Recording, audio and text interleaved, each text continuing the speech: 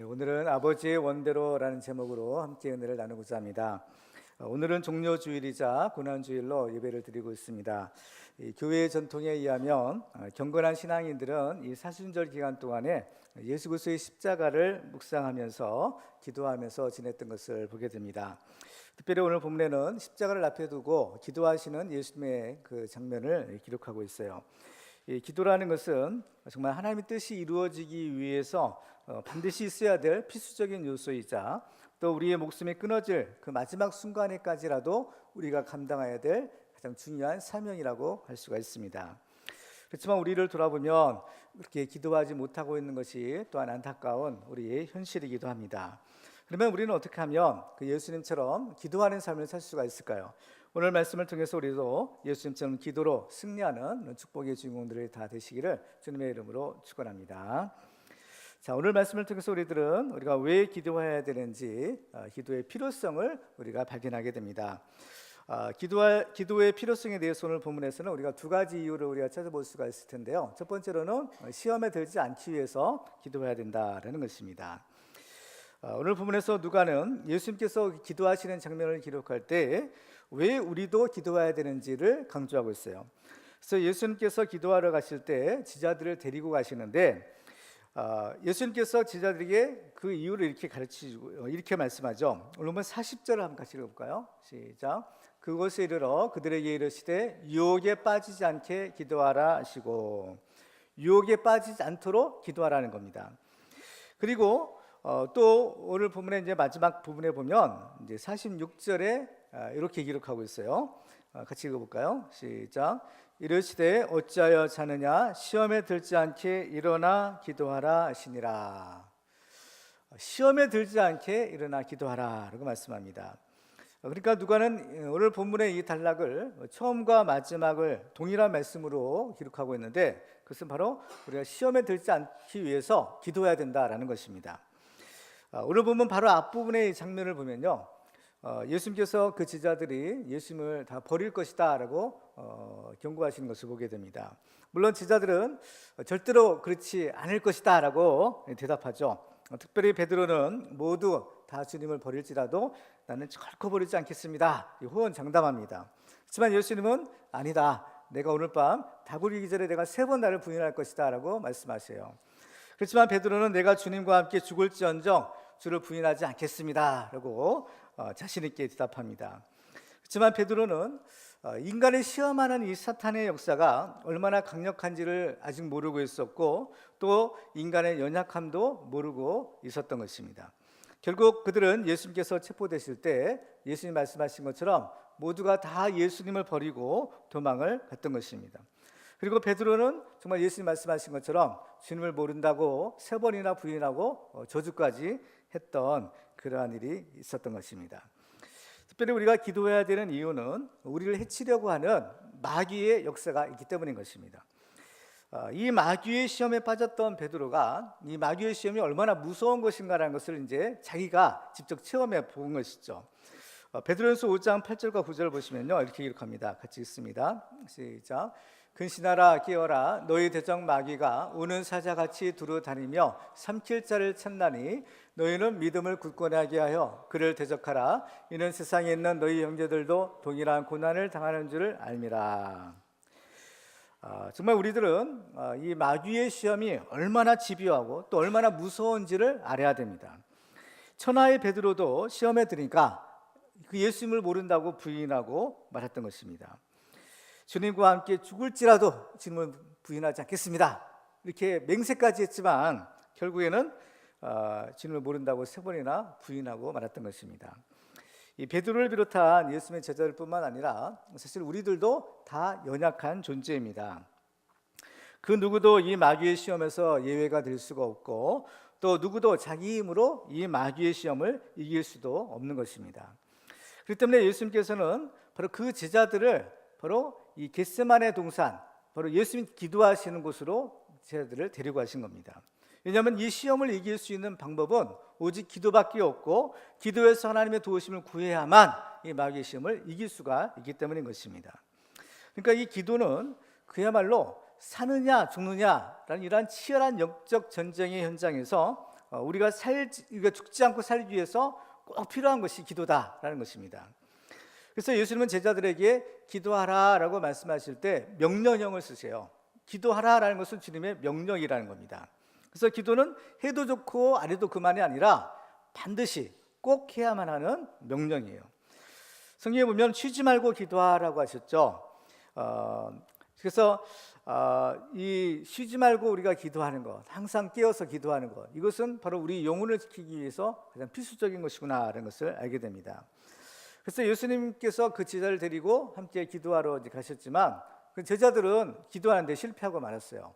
예수님께서 3번이 나와서 그 제자들을 깨우고 기도하자라고 하셨지만 그 제자들은 그때마다 자고 있었던 겁니다. 그래서 마태복음 26장 10절에 보면 이런 말씀을 하시죠. 제자들에게 오사 그 자는 것을 보시고 베드로에게 말씀하시되 너희가 나와 함께 1시간도 이렇게 깨어 있을 수 없더냐 라고 말씀합니다. 이것은 지금 기도하지 못하는 제자들에 대한 주님의 책망인 겁니다. 예수님은 이 성경을 보면 다른 것 가지고는 잘 그 제자들을 혼내지 않으셨어요. 그런데 기도하지 못할 때는 이렇게 아주 엄하게 이렇게 책망하셨던 것을 보게 됩니다. 물론 예수님께서 그 제자들의 연약함을 모르는 것은 아니셨죠. 그럼에도 불구하고 기도는 해야 된다는 겁니다. 아무리 피곤하고 힘들어도 기도는 해야 돼요. 왜냐하면 기도는 그야말로 죽느냐 사느냐는 가장 이러한 영적 전쟁에 있어 가장 필수적인 요소이기 때문인 겁니다. 기도하고 잠이 들었던 그 제자들, 기도하지 못했던 그 제자들의 결과가 어떠했는가 이런 것을 우리는 잘 알고 있습니다. 특별히 이 기도는 영혼의 호흡이라고 하죠. 기도의 호흡이에요. 호흡이 끊어지면 우리가 죽을 수밖에 없는 것처럼 정말 우리의 기도가 끊어지면 우리 영혼이 죽을 수도 있다. 또 죽을 수도 있다라는 것이 아니라 반드시 죽는다라는 것을 알아야 됩니다. 그래서 로마서 13장에 보면 또한 너희가 이 시기를 알거니와 자다가 깰 때가 벌써 되었으니 이는 이제 우리의 구원이 처음 믿을 때보다 가까웠습니다 라고 말씀합니다. 자다가 깰 때가 되었다는 것. 영적으로 깊은 잠에 들면 기도하지 못하죠. 지금 제자들처럼. 근데 이제는 자다가 깰 때가 되었다라는 겁니다. 주님께서 그 제자를 깨우시는 것처럼 바로 우리는 주님의 음성을 들어야 됩니다. 자는 자여 어찌 미냐, 그죠? 네가 왜 이렇게 자고 있느냐? 일어나라, 그죠? 기도하자라는 것입니다. 내일부터 우리 고난주간 특별 새벽 예배 또 새벽 기도회가 이제 시작이 되는데요. 다른 때는 몰라도 적어도 이번 한 주간만이라도 정말 우리가 이 새벽을 깨우고 기도하는 우리들이 되기를 주님의 이름으로 축원합니다. 두 번째로 우리가 기도해야 되는 이유는 하나님의 뜻이 이루어지기 위해서 기도해야 됩니다. 성경에 보면 하나님께서 우리에게 주시겠다 약속하신 수많은 축복들이 기록되어 있는 것을 보게 돼요. 그래서 우리는 하나님의 자녀로서 하나님께서 우리에게 주시려는 엄청난 축복들을 우리가 받아야 됩니다. 근데 그 축복을 받기 위해서는요 반드시 필요한 것이 무엇인가 하면 기도하는 것입니다. 왜냐하면 하나님은 아무리 주겠다 약속하셨어도 우리의 기도가 없으면 주실 수가 없기 때문인 겁니다. 다니엘서 9장에 보면 다니엘이 이 성경책을 읽다가 놀라운 비밀을 발견하게 되는데요. 그 장면을 다니엘서 9장 2절에는 이렇게 기록하죠. 같이 한번 읽어볼까요? 시작. 곧 그 통치 원년에 나 다니엘이 책을 통해 여호와께서 말씀으로 선지자 예레미야에게 알려주신 그 연수를 깨달았나니 곧 예루살렘의 황폐함이 70년 만에 그치리라 하신 것이니라. 아멘. 다니엘이 이 성경책을 읽다가 70년 만에 예루살렘의 황폐함이 그치리라. 그러니까 지금 이 다니엘은 이제 바빌론의 포로로 끌려와 있던 상태였죠. 그러니까 지금 이 바빌론 포로의 기간, 이 고난의 기간이 70년이 하나님께서 정하신 기간이구나라는 것을 알게 됩니다. 그러니까 이 다니엘이 이렇게 연수를 따져 보니까 이제 앞으로 70년이 차기까지 3년이라는 기간이 남은 거예요. 물론 지금은 당장에는 어떤 조짐이 전혀 보이질 않죠. 뭐 이 바벨론은 여전히 막강하고 또 예루살렘의 회복은 기미조차 보이지 않는 겁니다. 그렇지만은 하나님은 약속하신 거예요. 70년 만에 너희들이 돌아올 것이다. 하나님이 약속하신 것이 있는 것입니다. 이런 상황에서 이 다니엘이 무엇을 했는가 하면 다니엘이 금식하며 기도하기를 결단합니다. 다니엘서 9장 3절에 보면 내가 금식하며 베옷을 입고 죄를 덮어쓰고 주 하나님께 기도하며 간구하기를 결심하고 라고 했어요. 우리는 여기서 중요한 영적인 원리를 배울 수가 있는데요. 이 다니엘은 이 하나님의 약속은 우리들의 기도가 없으면 이루어지지 않는다라는 이런 구속의 원리를 알았던 사람입니다. 에스겔서 36장 37절을 같이 읽겠습니다. 시작. 주 여호와께서 이같이 말씀하셨느니라. 그래도 이스라엘 족속이 이같이 자기들에게 이루어 주기를 내게 구하여야 할지니라. 아멘. 지금 하나님께서 이 앞부분에서 이스라엘 회복을 약속하셨어요. 그렇죠? 하나님께서 그들을 다시 회복시켜 주겠다, 다시 일으켜 주겠다. 그런데 그래도, 그렇죠? 그래도 이스라엘 족속이 이같이 자기들에게 이루어 주기를 내게 구해야 될 것이다라는 겁니다. 왜요? 기도해야 된다는 겁니다. 그렇죠? 하나님은 어떤 기계적으로 자동 판매기에 뭘 넣으면 나오는 듯이 이렇게 기계적인 분이 아니라 인격적인 분이세요. 그래서 70년의 약속을 하셨지만 70년에 차면 자동적으로 이스라엘을 해방시켜주는 그런 분은 아니다라는 것을 알아야 됩니다. 하나님이 아무리 약속을 주셨어도 그 약속을 받은 그 성도들을 보시며 그들이 그 약속을 성취할 그릇이 준비되어야만 하는 것입니다. 다니엘이 바로 이러한 영적인 비밀을 깨달았어요. 그래서 무턱대고 이제 3년만 기다리면 이제 우리가 해방된다, 거기로 돌아간다, 이것이 아니라 이제 그 3년이 차기까지 바로 하나님의 뜻이 이루어지기 위해서 기도해야 되겠구나. 하나님 기도 없이는 하나님 일을 이루시지 않기 때문에 나래도 기도해야 되겠구나. 먼저 깨달은 사람이 기도하는 겁니다.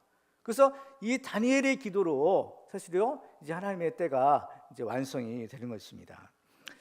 이와 같이 하나님께서 우리에게 분명한 축복의 약속을 주셨다 하더라도 우리가 그 약속이 이루어지기 위해서는요 반드시 우리 기도가 필요하다는 것을 알게 됩니다. 그래서 역사는 하나님이 하시는 거죠. 이를 이루시는 분은 하나님이시지만 이를 위해서 우리의 기도가 반드시 필요한 겁니다. 그래서 하나님이 우리를 하나님의 역사의 동역자로 삼으시는 거예요. 우리가 하나님의 일에 어떤 일을 도와줄 수 있겠어요? 하나님의 전능하신 하나님은 다 하시지만 적어도 기도하는 것만큼 우리가 해야 된다라고 말씀하는 겁니다. 그렇기 때문에 우리들은 바로 이런 두 가지 이유를 위해서라도 우리가 꼭 기도해야 되겠구나라는 것을 알 수가 있어요. 그러면 우리는 이제 기도해야 되는데 그러면 어떻게 기도해야 될까요? 과연 이 기도의 방법은 무엇일까요? 우리는 예수님이 기도하시는 모습을 통해서 우리도 기도하는 방법을 배울 수가 있어요. 오늘 말씀을 통해서 몇 가지 기도하는 방법을 우리가 배울 수가 있는데 첫 번째로는 습관을 따라서 기도해야 되는 겁니다. 예수님은 항상 기도하시는 분이셨죠. 자, 오늘 39절에 보시면요, 예수께서 나가사 습관을 따라 감람산에 가심에 제자들도 따라갔더니라고 기록하고 있어요. 여기서 보면 예수님은 습관을 따라 감람산에 가셨다는 겁니다. 감람산에 뭐하러 가셨겠어요? 기도하러 가신 거죠. 그러니까 예수님의 기도는 습관을 따라서라는 이런 표현처럼 그렇죠? 습관이 될 정도로 아주 그냥 항상 기도하는 삶을 사셨던 것을 보게 됩니다. 기도는 이제 두 가지의 기도가 있을 수 있어요. 하나는 우리가 일상적으로 하는 보통의 기도이고 또 하나는 정말 특별한 기도인 겁니다. 이 특별한 기도는 자주 할 수 있는 것이 아니라 그야말로 어떤 특별한 일이 있을 때 기도하는 거죠.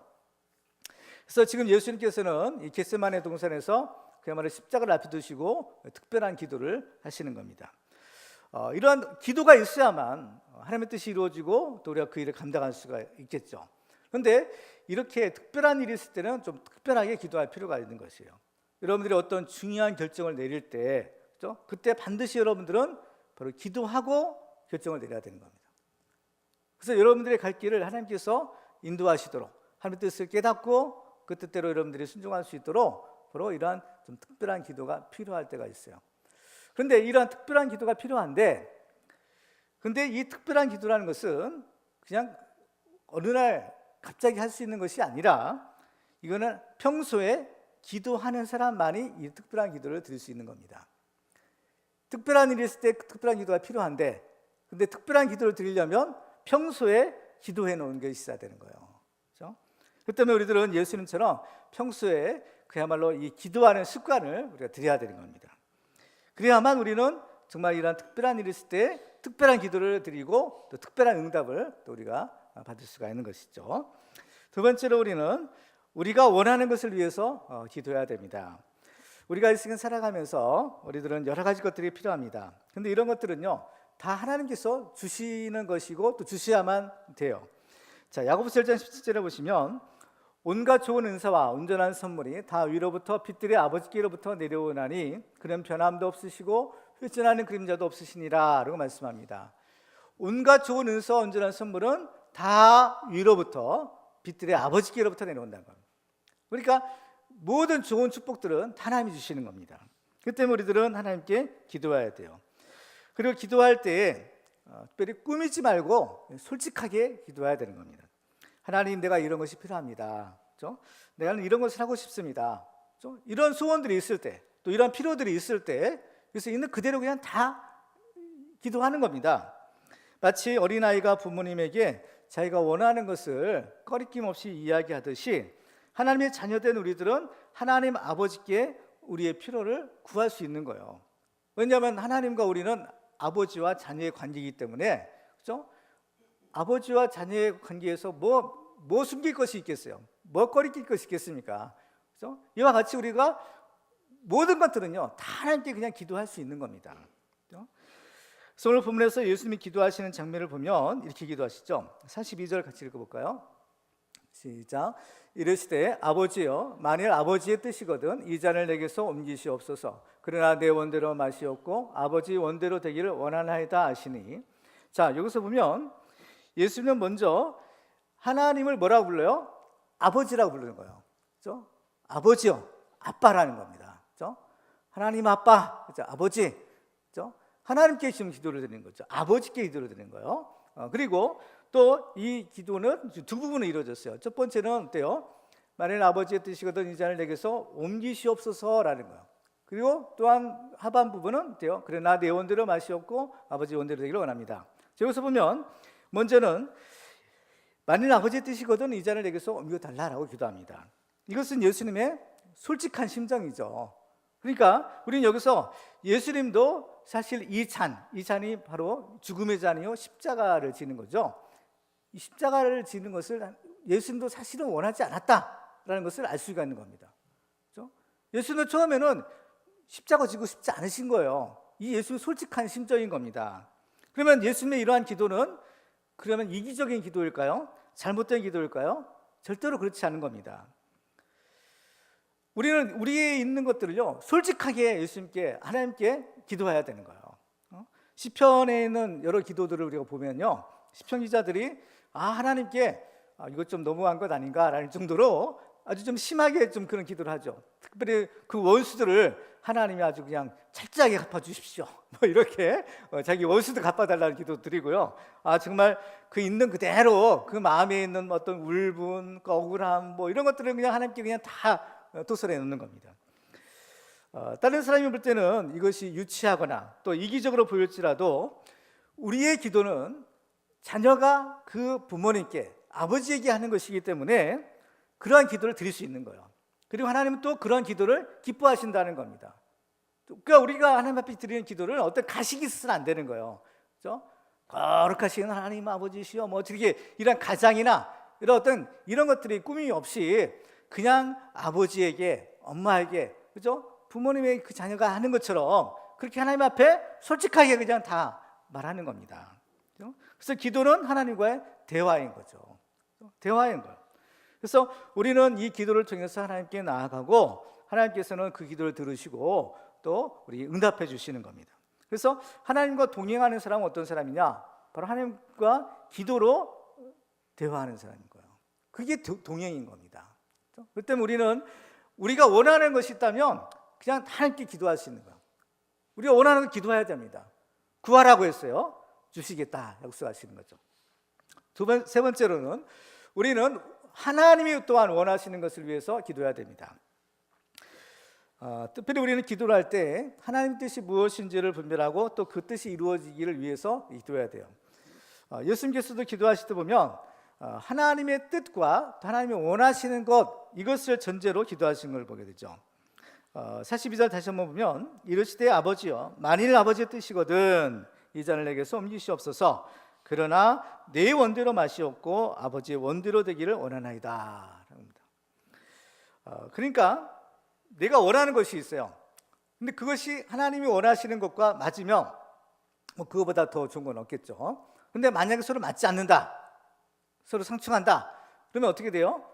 그러면 내가 원하는 것이 아니라 아버님이 원하시는 대로 하나님의 뜻대로 이루어지길 원합니다 라는 거. 하나님의 뜻에 자기의 뜻을 꺾는 겁니다. 그렇죠? 그러니까 우리 이 진정한 기도라는 것은 우리의 어떤 소원과 간구를 우리가 기도하고 구하는 것도 물론 기도지만, 진짜 이 기도는 뭐냐?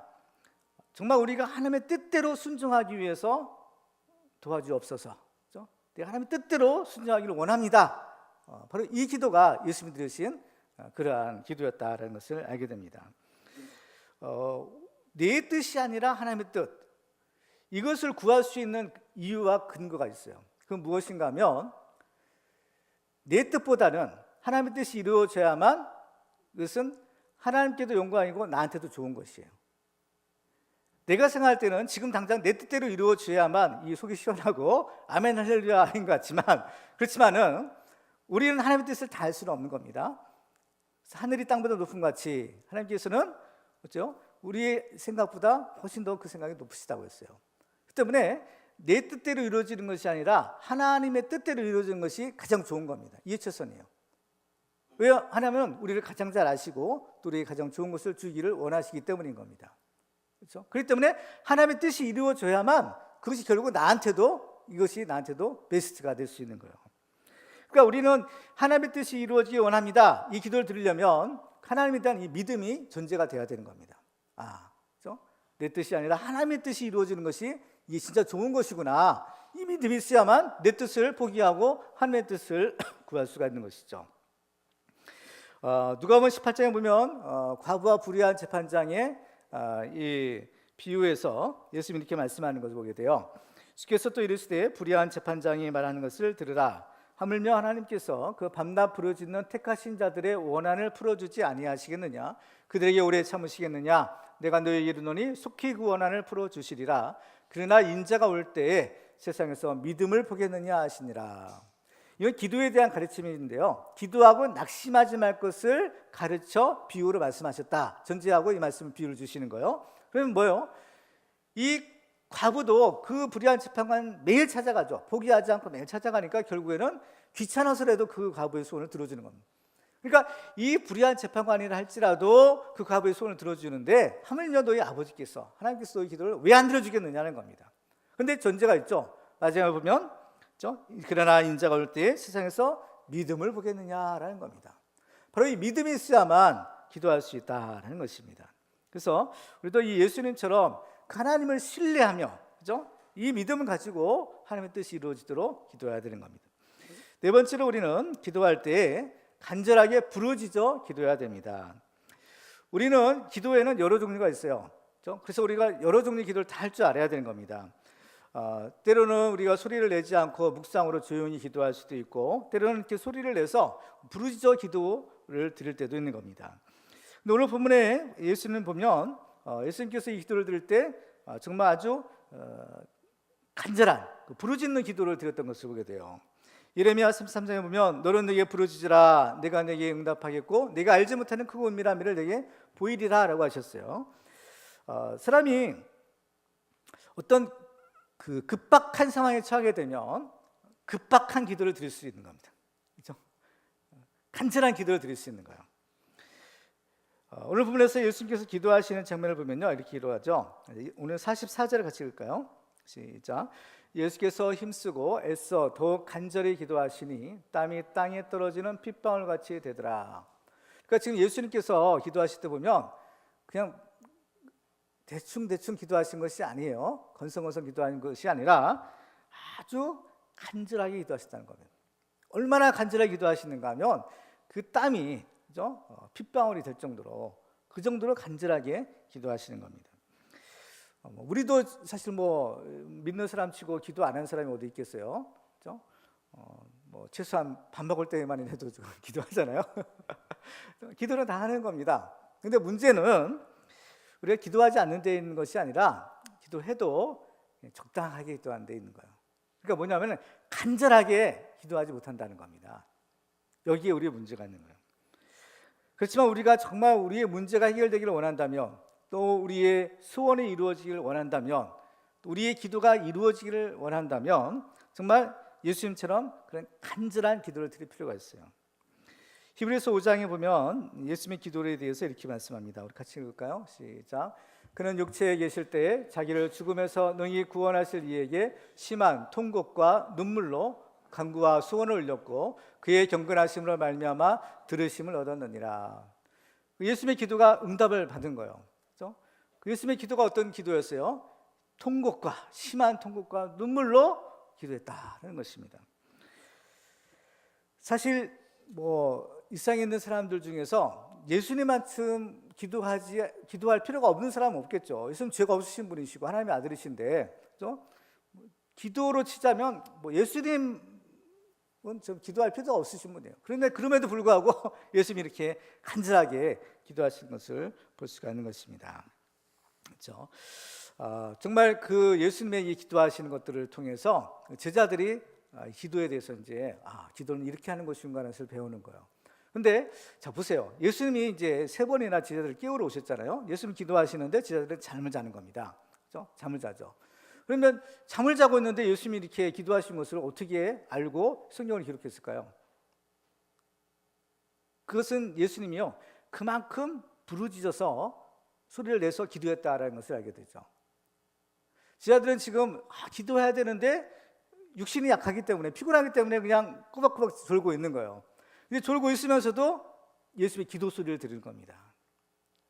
자기들은 기도는 못하지만 쓰러져 있지만 그럼에도 불구하고 예수님께서 이 부르짖어 기도하시는 그 소리를 들었던 거죠. 그 때문에 그들은 바로 그 예수님의 기도하시는 장면을 이렇게 생생하게 기록할 수가 있었던 거예요.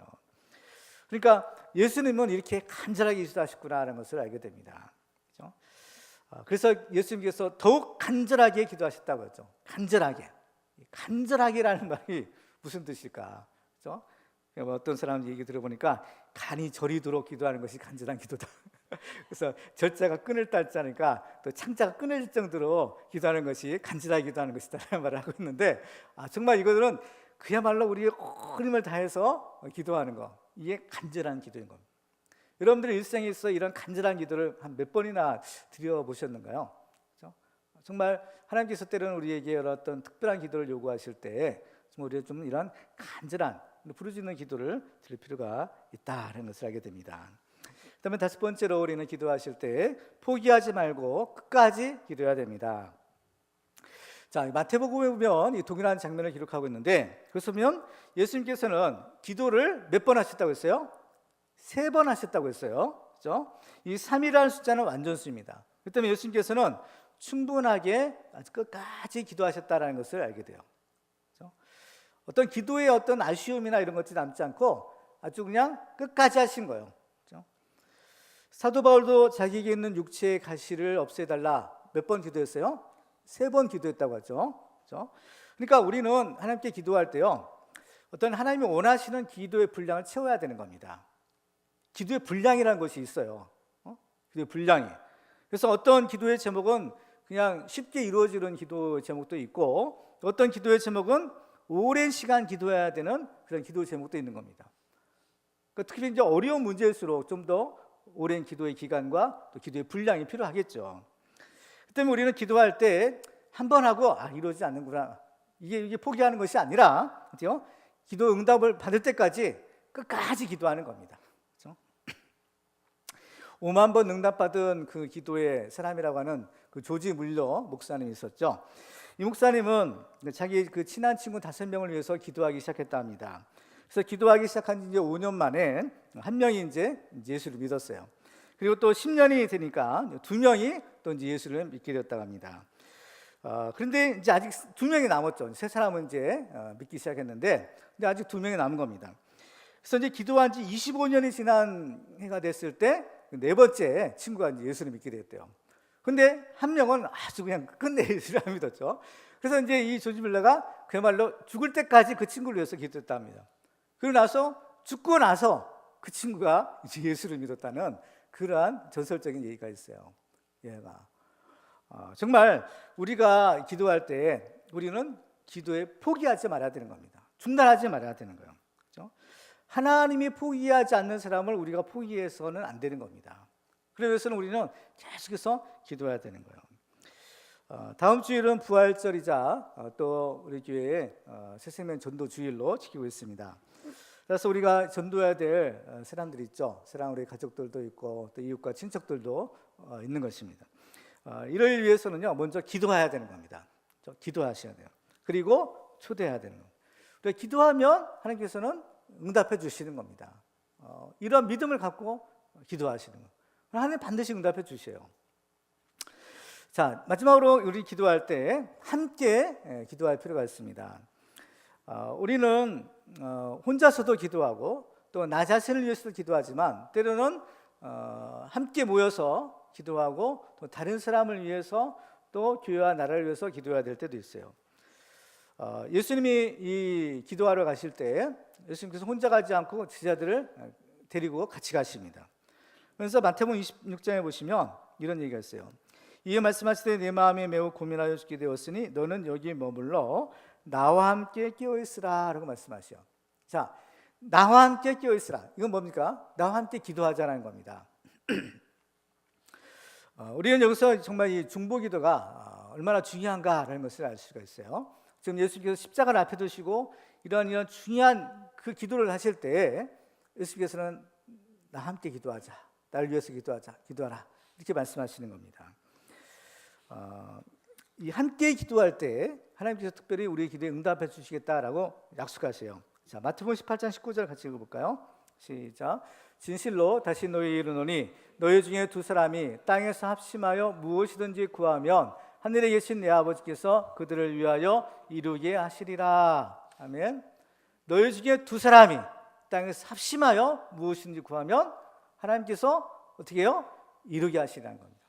두 사람이, 최소한의 두 사람, 그죠? 그러니 여러 사람이 모여서 기도하는 것은 얼마나 더 잘 응답해 주시겠어요? 그 때문에 이 중보기도 또 이게 중요한 겁니다. 그래서 이 목장에서 특별히 중보기도하는 것이 굉장히 중요한 거예요. 그리고 또 우리가 한 달에 한 번씩 연합 예배를 드리잖아요. 그때 우리가 같이 기도를 하는 거예요.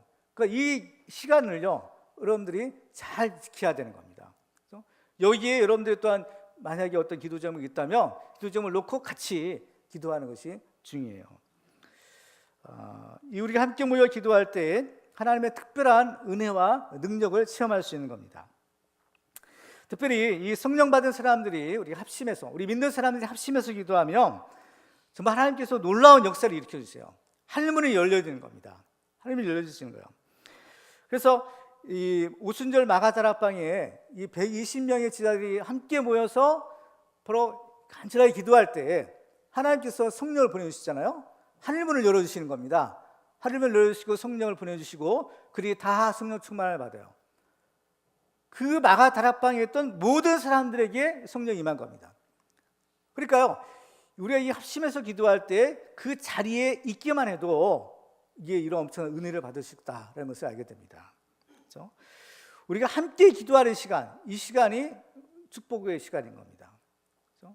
이 기도가 응답받는 시간인 거예요. 그 때문에 우리 함께 기도하는 시간을 우리가요 잘 지키고 모이게 써야 되는 겁니다.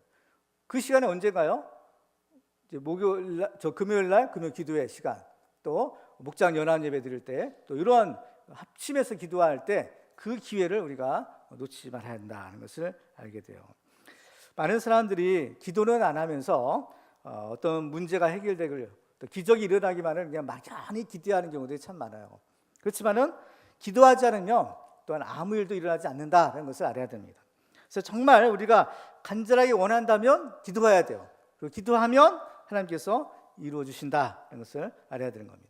마지막으로 그럼 우리가 이렇게 기도하면 우리의 기도의 유익은 무엇일까? 또 하나님께서 어떻게 우리의 기도에 응답해 주실까? 하는 것을 우리가 살펴볼 필요가 있는데요. 첫 번째로 기도하면 우리의 환경이 변화됩니다.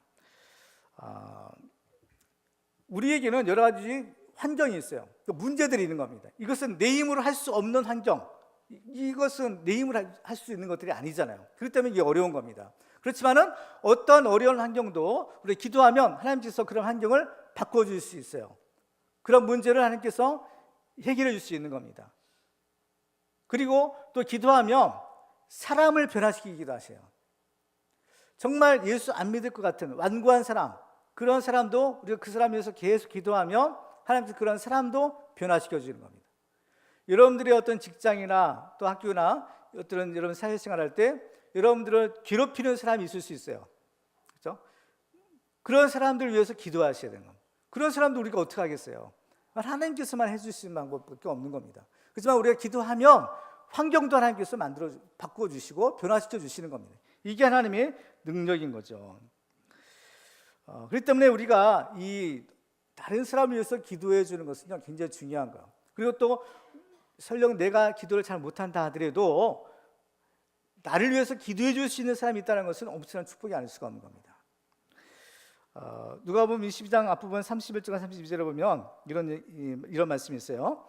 시몬아 시몬아 보라 사탄이 너희를 밀가부르듯 하려고 요구하였으나 그러나 내가 너를 위하여 내 믿음이 떨어지지 않기를 기도하였노니 너는 돌이킨 후에 내 형제를 굳게 하라 라고 말씀합니다.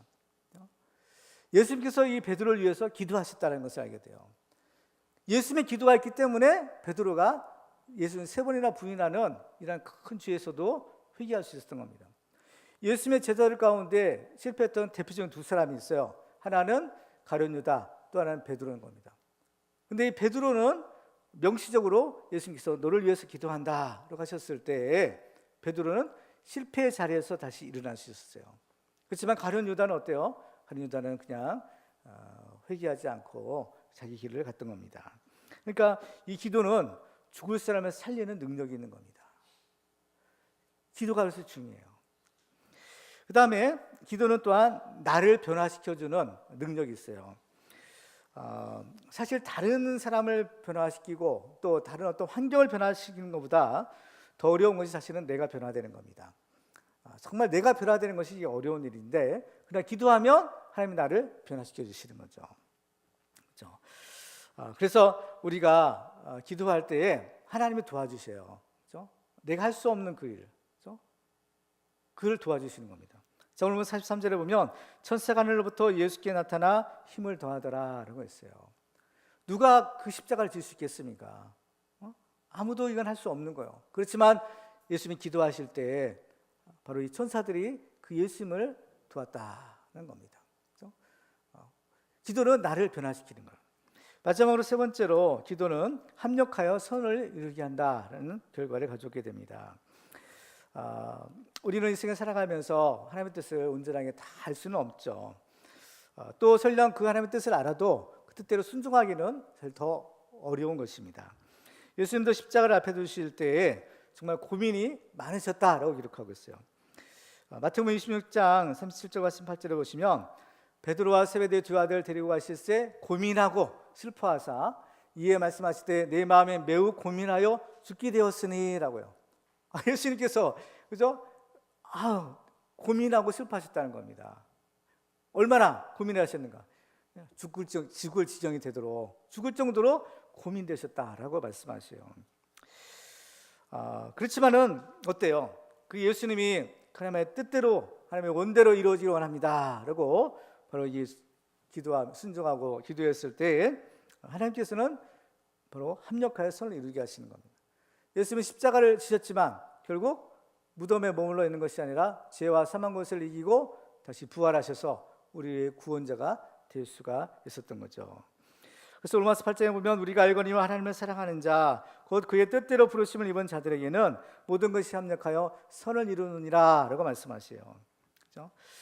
모든 것이 합력하여 선을 이룬다. 그렇습니다. 예수님께서는 예수님 자신이 십자가를 지실 뿐만 아니라 누구든지 나를 따라오려거든 자기 십자가를 지고 나를 따라야 된다 라고 말씀합니다. 근데 십자가는 죽음의 십자가죠. 내가 죽어야 된다는 겁니다. 근데 대부분의 사람들은 그 십자가 앞에서 죽지 않으려고 그렇죠? 발버둥을 치죠. 십자가를 지어야 되는데 십자가 안 지고 살려고 하는 겁니다. 그래서 기도할 때도 보면 무조건 살려만 달라고 하는 거예요. 무조건 살려만 달라는 거예요. 그렇지만 때로는 이것이 하나님의 뜻이라면 하나님이 원하신다는 것이라면 사는 것보다는 죽는 것이 오히려 더 좋을 수도 있는 겁니다. 우리는 꼭 살아야만 하나님께 영광이지만 된다고 생각하지만 그렇지만 때로는 하나님이 원하시는 것이라면 죽는 것이 하나님께 영광이요 또 본인에게도 영광이 될 수 있는 거예요. 사도행전에 보면 스데반 집사가 돌에 맞아 이제 순교를 당하죠. 우리가 생각할 때는 이 스데반이 죽지 않고 살아서 더 많은 하나님을 했으면 참 좋겠다 생각을 하게 됩니다. 또 감옥에 갇혔던 베드로처럼 창살문이 그냥 열리고 이 스데반도 하나님께서 기적적으로 위험 가운데서 구원해 주지 않을까 이런 기대도 하게 됩니다. 그렇지만 스데반은 그냥 돌에 맞아 허망하게 죽고 말아요. 사도행전 10장에 보면 스데반의 마지막 장면을 이렇게 기록하는 것을 보게 됩니다. 그들이 큰 소리를 지르며 귀를 막고 일제히 그에게 달려들어 성 밖으로 내치고 돌로 칠세 증인들이 옷을 벗어 사울이라 하는 청년의 발 앞에 두니라. 그들이 돌로 스데반을 치니 스데반이 부르짖어 이르되 주 예수여 내 영혼을 받으시옵소서 하고 무릎을 꿇고 크게 불러 이르되 주여 이 죄를 그들에게 돌리지 마옵소서 이 말을 하고 자니라 라고 기록합니다. 여기서 보면 이 스데반을 돌로 치는 자리에는 사울이라는 청년이 있었다라고 기록하고 있어요. 그리고 스데반은 예수님께서 십자가에서 드리신 기도처럼 주여 이 죄를 그들에게 돌리지 마옵소서라고 기도하고 죽습니다. 그런데 이 스데반의 죽음의 결과로 누가 나오느냐? 바로 사도 바울이 나오는 겁니다. 그 자리에 있던 사울이라는 청년이 나중에 사도 바울이 되는 겁니다. 그러니까 스데반의 순교의 결과로 사도 바울이 탄생하는 거예요. 이와 같이 예수님의 십자가의 죽으심으로 우리는 이 부활의 새 생명을 얻게 되는 겁니다. 이것이 하나님의 신비요 또 하나님의 역사하시는 법칙이다라는 것을 알 수가 있어요. 그 때문에 우리들은 오직 하나님이 원하시는 대로 또 하나님의 뜻대로 이루어지기를 바라고 또 기도해야 되는 것을 알게 됩니다. 그리고 이것이 바로 하나님께 영광이요 우리들에게도 최선이다라는 것을 알게 됩니다. 말씀을 맺겠습니다. 주님께서는 바로 우리에게 기도하라라고 말씀하셔요. 구하라 그러면 너에게 주실 것이다 라고 말씀하죠. 또 엘리야는 우리와 성령이 같은 사람이지만 기도해서 응답받은 대표적인 사람이 되었던 겁니다. 그래서 정말 우리가 하나님의 뜻대로 구하면 하나님께서 반드시 이루어주겠다라고 약속해 주신 거죠. 그래서 정말 우리들은 그 예수님처럼 하나님의 뜻대로 기도해서 응답받고 하나님께 영광 돌리는 우리 모두가 다 되시기를 주님의 이름으로 축원합니다.